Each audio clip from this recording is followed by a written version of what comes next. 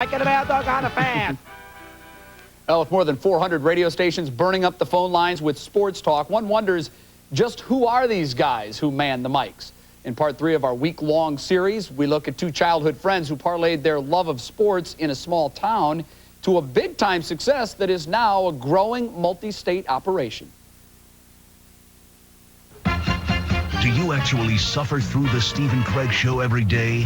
We are Steve and Craig. We gotta get into T.O. The things he said today, the things that are being said back about him and his dancing and his antics. I definitely know when they play the Giants on November 28th, T.O. scores the touchdown. What's he doing, Steve? T.O.? He's pulling out the shovel in the end zone and looking for Jimmy Hoffa. I have to say, when I was watching George Bush accept the concession from John Kerry, all I was doing was watching the daughters in the background. I'm waiting for the story about the Bush twins, the Olsen twins, the Hilton sisters, Lindsay Lohan, And a Tara gerbil. Reid, Nicole Richie, and some actor that we've never heard of, just in some crazy party. The first time you saw your guy, your favorite player, your team move in their new uniform, who was it? And I gotta say, Roger Clemens going to the Blue Jays, him in the Blue Jays uniform never did it for me either. Welcome to my world. Welcome to my pain. That's how I feel now as an NBA fan watching Kenyon Martin. If the Hall of Fame had a sense of humor, right now they would say, no matter what Clemens accomplishes as an Astro, he's going in as a Blue Jay. Do you actually suffer through the Steve and Craig Show every day?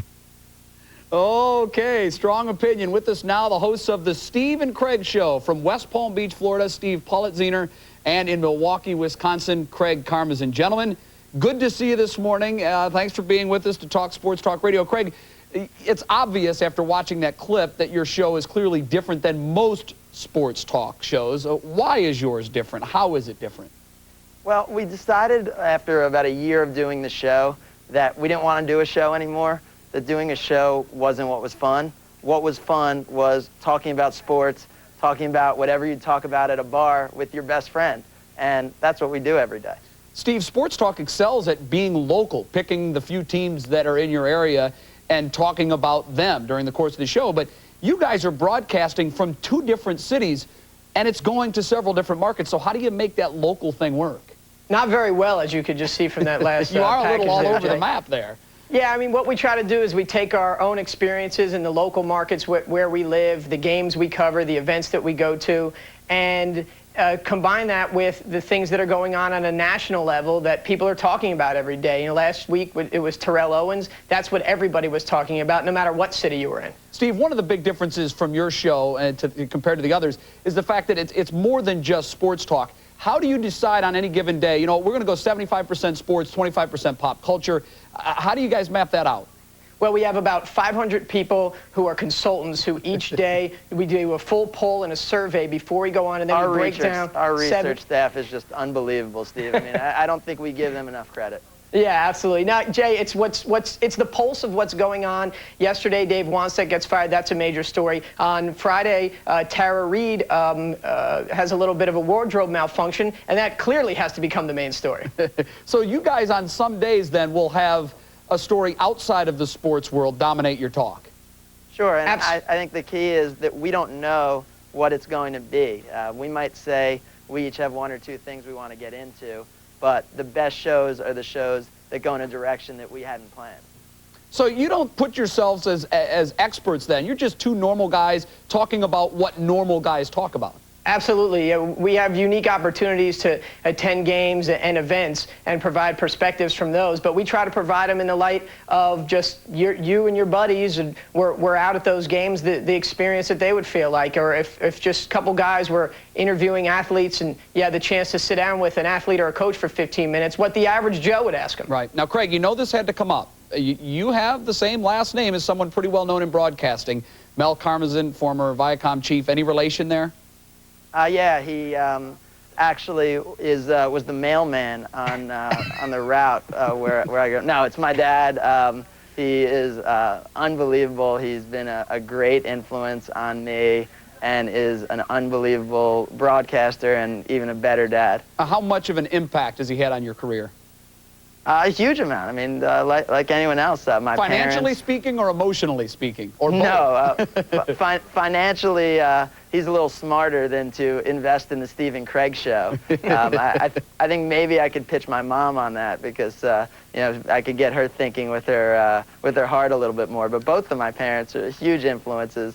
You know, growing up and getting to see how hard they worked and the things they do is huge. One of the things that I love about your show is the fact that you have, and Jim Rome has this too, it's called gloss. It's just your own little terms, and they have meanings that your listeners know immediately when they're thrown out there. And in a way, it's a way of getting around some of the risque subjects that you guys talk about. And we picked a couple of our favorites. You have one called When the Brewers Win the World Series. Steve, what does that mean? That just flat out, Jay, that means sex, and specifically it's a term that was derived from Craig and his lack of opportunity for that, meaning when that actually happens for Craig, that'll be like the Brewers winning the World Series. Okay, what about Very unlikely. What about the Calhouns? Calhouns. Go ahead, Calhouns Craig. Either one, guys. Calhouns are indigestion.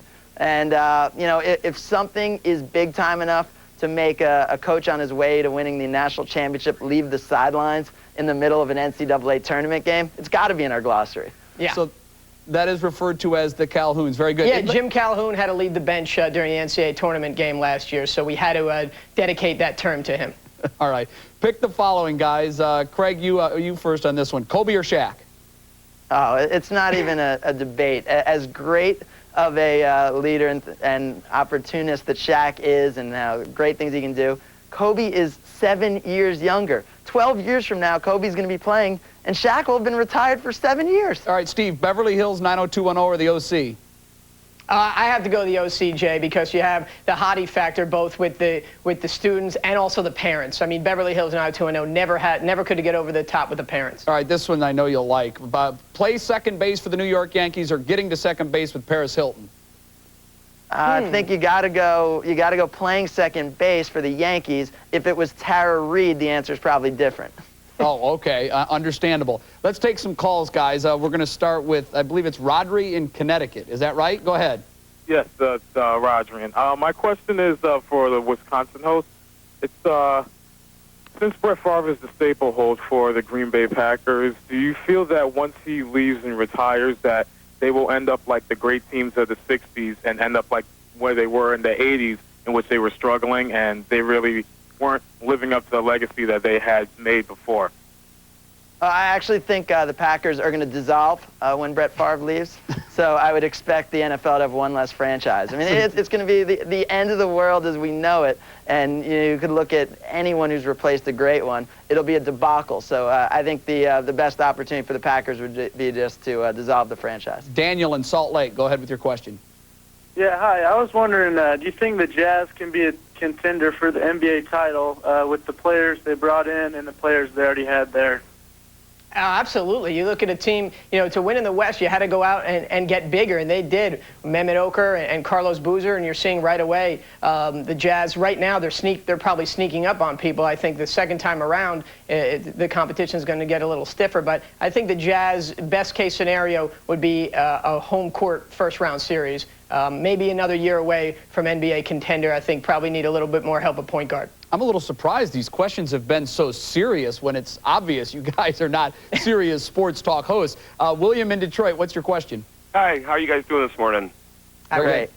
First of all, I just want to say I'm a big fan of cold pizza, and I absolutely am so thrilled that Woody Page is back in the show because now I can actually tune in every morning and watch. Plus, How much did Woody pay you to say that? Plus, Dia, I love you. I think you're beautiful, and if you ever want a date, come to Detroit and call me. Now, She's always looking for dates. Aside from those personal notes, I wanted to mention, you guys talked about Kobe and Shaq and how dominant they are. Well, how come the Detroit Pistons aren't receiving the proper national attention after defeating Phil Jackson, Kobe Bryant, and Shaquille O'Neal? What's going on? What do you mean? What do you want? Like people to come over your house and say, like, shake your hand for being a Pistons fan? They won the championship. They're predicted to win the championship again in many circles. And most people have them to win the Eastern Conference. I mean, like, enjoy it. Don't complain all the time. I mean, if you want to complain, let's talk about like the Tigers or the Lions or something, or the 56-day NHL lockout. I'm pretty sure, didn't the Lakers beat the Spurs in the NBA Finals last year? I don't know what this guy's talking about, the Pistons. John from Medford, Mass. Go ahead. Howdy, gentlemen. To the gentleman in Milwaukee, how sports crazy are they in the smaller markets as opposed to the bigger markets? And also, your show is exactly like Dennis and Callahan here in Boston to a T. Without the accents, maybe. People, I don't think it's smaller market, larger markets. I think it's if there's a team that people are passionate about. We're lucky in Wisconsin where you have both the Packers and the Wisconsin Badgers who've put together, great runs in both football and basketball. So I think the passion has a lot more to do with that. But, 300 days out of the year, it'd be torturous to try to talk all sports. All right. Hey, Stephen Craig, thank you very much for joining us this morning. You've been friends of the show for a long time. We just happened to be coming to West Palm this weekend for a wiffle ball tournament for Curtis Pride's charity. We gave you the beatdown last year. Prepare to have beatdown number 2 this weekend. We'll see you this weekend, all right, guys? Craig just wants to hang out with you, Jay, to pick up your leftovers over the weekend. Yeah. All right, and guys, we'll see you very, very soon. And as you guys like to say, when the Brewers win the World Series. Thursday, we continue our Sports Talk Radio series with a look at the legends and pioneering personalities of the medium. We are excited about this. We'll talk, or should we say listen, to Chris Mad Dog Russo. It is Mad Dog's second appearance on Cold Pizza. He, of course, works at WFAN in New York. And Lee Hacksaw Hamilton from Extra Radio in San Diego, California. They will join us again. That's tomorrow. Up next, quarterbacks like Drew Brees and Ben Roethlisberger are just 2 of the big first-half surprises in the NFL. Our Cold Pizza fantasy football forecasters are here with their second-half studs and duds. You're watching Cold Pizza.